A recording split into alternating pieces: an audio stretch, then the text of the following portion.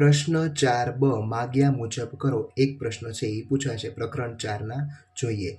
ખૂણો XYZ દોરો. ચાલો આપણે ખૂણો XY અને Z અહીં દોરેલો છે.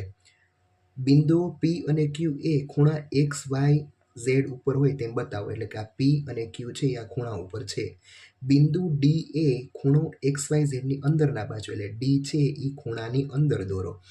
અને બિંદુ E છે એ XYZ ની બહારના ભાગમાં એટલે કે આ XYZ ખૂણાની બહારના ભાગમાં કોઈ પણ બિંદુ દર્શાવી ત્યાં તેને E નામ આપવાનું. આ તમારી કાચી આકૃતિ પૂરી. ફક્ત આમાં તમારે આકૃતિ જ બનાવવાની છે. બીજો પ્રશ્ન જોઈએ. આકૃતિ દોરો જેમાં બિંદુઓ X, Y, Z અને W છે એ સીધી રેખા એટલે કે આવી સીધી રેખા ઉપર હોવા જોઈએ નહીં. XY, YZ અને ZW એ ભિન્ન રેખાખંડો છે. ચલો આપણે આકૃતિ બનાવીએ.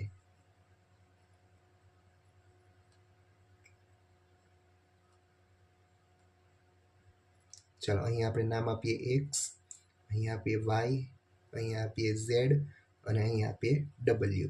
ચાલો તો XY પછી YZ અને ZW છે એ ભિન્ન રેખાખંડો છે અને તે એક રેખા ઉપર નથી, અલગ અલગ રેખા ઉપર છે. ચાલો આ કાચી આકૃતિ તમારી પૂરી. ચાલો 3.8 સેમી લંબાઈનો રેખાખંડ DE દોરો. તો મેં અહીંયા છે એ રેખાખંડ DE છે એ દોરી નાખ્યો છે, જેની લંબાઈ છે એ 3.8 સેમી મેં લીધી છે. હવે આ રેખાખંડ ઉપર બિંદુ ABC દર્શાવો. એ પહેલાં આપણે છે એ રેખાખંડ D અને E લખીશું નામ. પછી ABC કોઈ પણ જગ્યાએ તમારે બિંદુ કરી નાખવાના 3.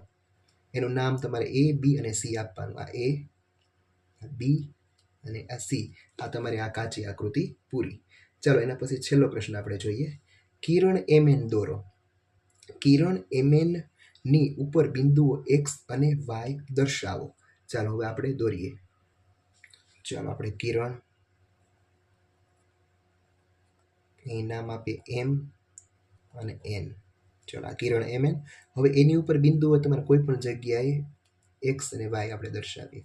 હવે આ કિરણ MN ઉપર ના હોય તેવા બિંદુ એટલે કોઈ પણ જગ્યાએ P અને Q. તો P અને Q બિંદુઓ છે એ કિરણ ઉપર નથી. આ P અને Q તમે નીચે પણ દર્શાવી શકો. અહીં તમારો આ પ્રશ્ન પૂરો થાય છે. Thank you.